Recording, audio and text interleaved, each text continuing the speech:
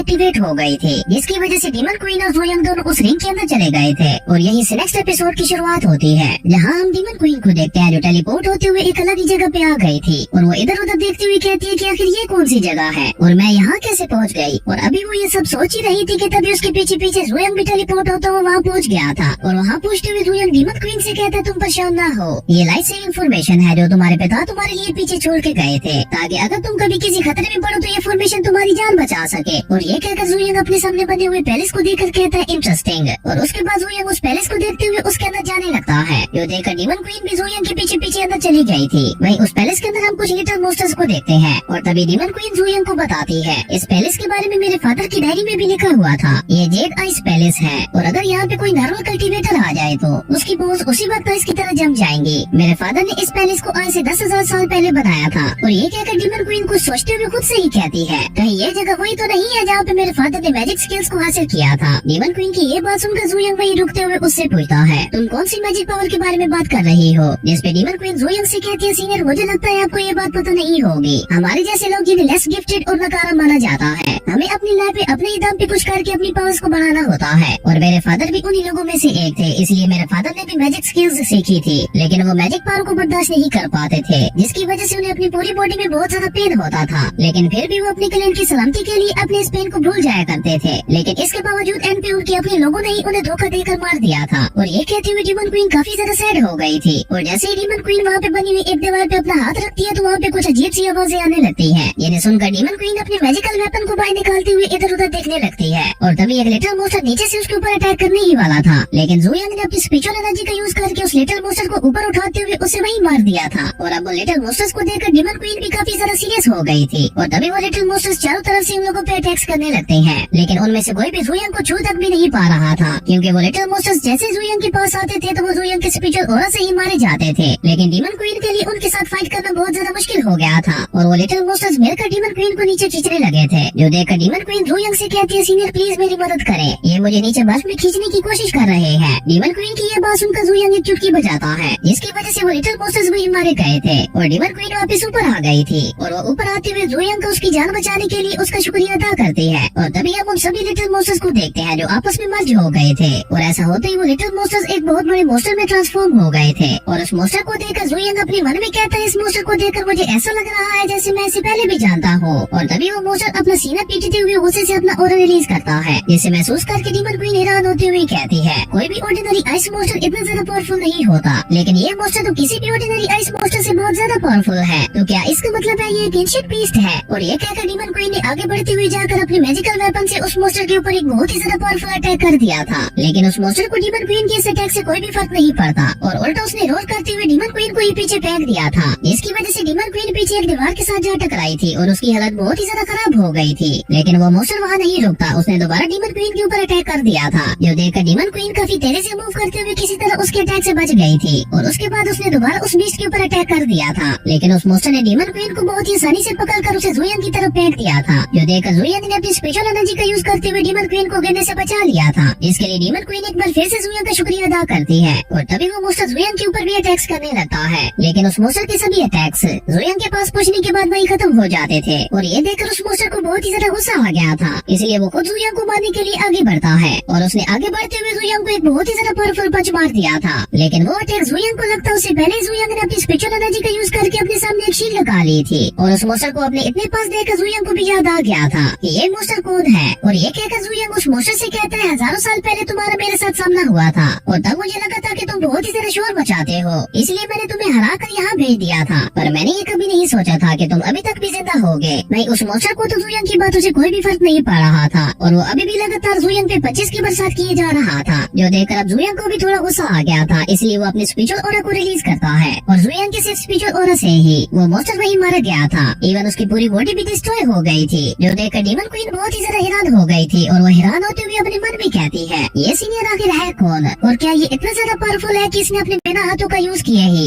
एक इतने ज्यादा पावरफुल एंशिएंट बीस्ट को मार दिया। मैंने ऐसी अमेजिंग पावर आज तक अपनी लाइफ में कभी नहीं देखी और ना ही इसके बारे में कुछ सुना है। और उसके बाद वो दोनों वहाँ से आगे बढ़ते हुए उस आइस पैलेस की मीनार के अंदर आ गए थे, जहाँ पहुंचकर डीमन क्वीन जोयंग को बताती है कि ये एक फॉरबिडन प्लेस है, पर फॉरबिडन प्लेस होने के बावजूद भी यहाँ पे कोई क्यों नहीं है। और अभी वो ये सब कह ही रही थी कि तभी उसकी नजर सामने थ्रोन पे बैठे अपने पिता पे जाती जाती है, जो देखकर डीमन क्वीन एक पल के लिए वही जम गई थी, क्योंकि उसे अपनी आंखों पे यकीन ही नहीं हो रहा था कि क्या वाकई जो उसे नजर आ रहा है वो सब सच है। और तभी डीमन क्वीन आहिस्ता आहिस्ता अपने पिता की तरफ बढ़ने लगती है, जहाँ उसके पिता के सीने के अंदर एक एंशिएंट स्वॉर्ड घुसी हुई थी। और डीमन क्वीन तो अपने पिता को जिंदा देखकर बहुत ही ज्यादा खुश हो गई थी, लेकिन उसे भी अपने पिता की हालत का अंदाजा हो गया था, क्योंकि उसके पिता की हालत बहुत ही ज्यादा खराब लग रही थी और देखने से ऐसा लग रहा था जैसे अब वो कभी भी मर जाएंगे। इसलिए डीमन क्वीन अपने पिता से कहती है, फादर आप फिक्र न करें, मैं अभी आपको यहाँ से निकाल दूंगी। और ये कहकर डीमन क्वीन जैसे ही उस स्वॉर्ड को अपने पिता के सीने से बाहर निकालने के लिए टच करती है तो उसे झटका लगता है, और ये झटका इतना ज्यादा पावरफुल था कि डीमन क्वीन उड़ते हुए पीछे एक दीवार के साथ जा टकराती है। और ये कहकर डीमन क्वीन हैरान होते हुए अपने फादर से पूछती है कि फादर मैं इस स्वॉर्ड को टच क्यों नहीं कर पा रही। इस पे डीमन क्वीन का फादर उसे बताता है कि ये एक एंशिएंट स्वॉर्ड है, जिसे सिर्फ कोई सुप्रीम रियलम का कल्टीवेटर ही टच कर सकता है, और अगर तुम्हारे अंदर सुप्रीम रियलम के कल्टीवेटर्स की जितनी पावर नहीं होगी तो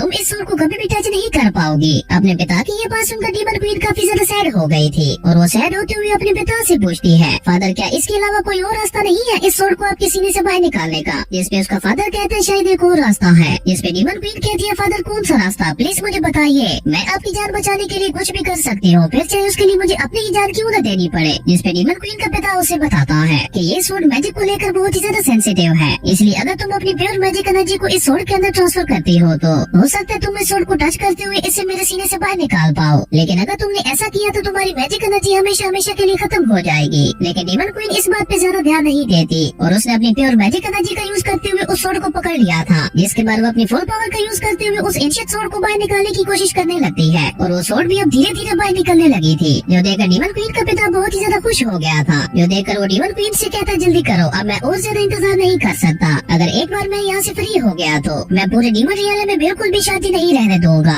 मैं डीमन क्वीन के हर पर्सन को अपने हाथों से मार दूंगा, और इस स्वॉर्ड की मदद से तो मैं इस पूरी दुनिया पे राज कर पाऊंगा। और जैसे डीमन क्वीन अपने पिता की ये सारी बातें सुनती है तो वो हैरान होती हुई कहती है, फादर क्या कहा आपने। इस पे डीमन क्वीन का पिता गुस्से से उससे कहता है, अपनी बकवास बंद करो और जल्दी से स्वॉर्ड को बाहर निकालो। लेकिन अब डीमन क्वीन को अपने पिता पे यकीन नहीं हो रहा था, क्योंकि उसके पिता ऐसे तो बिल्कुल भी नहीं थे। और तभी दुयंग ने आगे बढ़ते हुए आकर डीमन क्वीन के कंधे पे हाथ रख के अपनी स्पेशल एनर्जी का यूज करते हुए इस सारे इल्यूजन को खत्म कर दिया था। और उसके बाद वो डीमन क्वीन से कहता है, अपनी आंखें खोलो और गौर से देखो, ये सब बस एक इल्यूजन था। और जैसे ही डीमन क्वीन अपनी आंखें खोलती है तो उसकी नजर अपने पिता पे पड़ती है, जो उस स्वॉर्ड की वजह से कब से मर चुके थे, और अब उनकी पूरी बॉडी वहाँ से डिसअपीयर हो गई थी। जो देखकर डीमन क्वीन अपने फादर की बॉडी के पीछे भागती हुई कहती है, फादर प्लीज मुझे माफ कर दे, प्लीज ऐसे मुझे अकेला छोड़कर मत जाएं। और ये कहते हुए डीमन क्वीन वहीं बैठकर रोने लगी थी, और तभी उसकी नजर अपने सामने वाली आइस वॉल पे पड़ती है, जहाँ उसे अपने ऊपर एक बहुत बड़ा मोस्टर देखता है। जो देखकर वो मोस्टर डीमन क्वीन से कहता है, ओ तो तुमने मुझे देख ही लिया। और उस मोस्टर को अपने कंधों पे खड़ा हुआ देखकर डीमन क्वीन हैरान होते हुए उससे कहती है, कौन हो तुम। और उस मोस्टर को देखते हुए दुयंग भी थोड़ा सीरियस हो गया था। वहीं दूसरी तरफ हमें डीमन क्लेन का सीन दिखाया जाता है, जहाँ पे फेंगलिना और यूनिंग रॉक पेपर सीजर खेलते हुए बारी बारी उस मोस्टर को बुरी तरह से मार रहे थे, और इस बार फेंग जीत जाता है। जो देखकर फेंग खुश होते हुए कहता है, फाइनली अब मेरी बारी आ ही गई। जिस पे लीना उससे कहती है, बेवकूफ कहीं के, मैंने तुम्हें जानबूझ के जीतने दिया था, क्योंकि अगर मैं ऐसा नहीं करती तो तुम कभी भी नहीं जीत पाते। वहीं फेंग अपने मैजिकल स्पीयर को बाहर निकालते हुए उस मोस्टर की तरफ बढ़ गया था। जो देखकर वो मोस्टर डरते हुए फेंग से कहता है, प्लीज रुक जाओ, अगर तुम लोग मुझे मारना चाहते हो तो प्लीज जल्दी से मुझे मार दो, पर मुझे ऐसे बारी बारी मार कर टॉर्चर मत करो। जिस पे फेंग हंसते हुए उससे कहता है, अभी तो ये बस शुरुआत है, तुम देखो आगे आगे मैं तुम्हारे साथ क्या करता हूँ। फेंग की ये बात सुनकर वो मोस्टर बहुत ही ज्यादा डर गया था, और उसके बाद फेंग अपने मैजिकल स्पीयर से उस मोस्टर को बुरी तरह से मारने लगता है। और तभी हाउजियान भी वहाँ पहुँच गया था। जो देखकर यूनिंग उससे पूछती है, क्या तुम्हें माशा के बारे में कुछ पता चला। जिस पे हाउजियान कहता है, मैंने आसपास के 100 माइल्स तक के पूरे एरिया को छान मारा, लेकिन मुझे माशा के बारे में कुछ भी नहीं पता चला। जिस पे लीना कहती है, माशा की एबिलिटी गुड लेवल की है, इसलिए मुझे नहीं लगता हमें उनके बारे में फिक्र करनी चाहिए, क्योंकि वो जहाँ भी होंगे वो खुद ही वापस आ जाएंगे। वहीं फेंग अभी भी लगातार उस मोस्टर को बुरी तरह से मारे जा रहा था, और तभी वो बर्निंग करो उन सभी से कहता है, मुझे लगता है 100 माइल्स का एरिया काफी नहीं था, हमें माशा को 1000 माइल्स के एरिया में सर्च करना होगा, और तुम में से कोई भी मेरे अलावा एक दिन में ऐसा नहीं कर पाएगा। बर्निंग करो की ये बात सुनकर उन सभी की नजरें बर्निंग करो के ऊपर चली गई थी। जो देखकर वो बर्निंग करो कहता है, मैं सिर्फ अपने बॉस की ही बात मानता हूँ, इसलिए तुम में से कोई भी मुझे ऑर्डर नहीं दे सकता। जिस पे हाउजियान आगे आते हुए उस बर्निंग करो से कहता है, तो क्या तुम अपने बॉस को नहीं बचाना चाहते। और उसके बाद उन सभी ने मिलकर उस बर्निंग करो को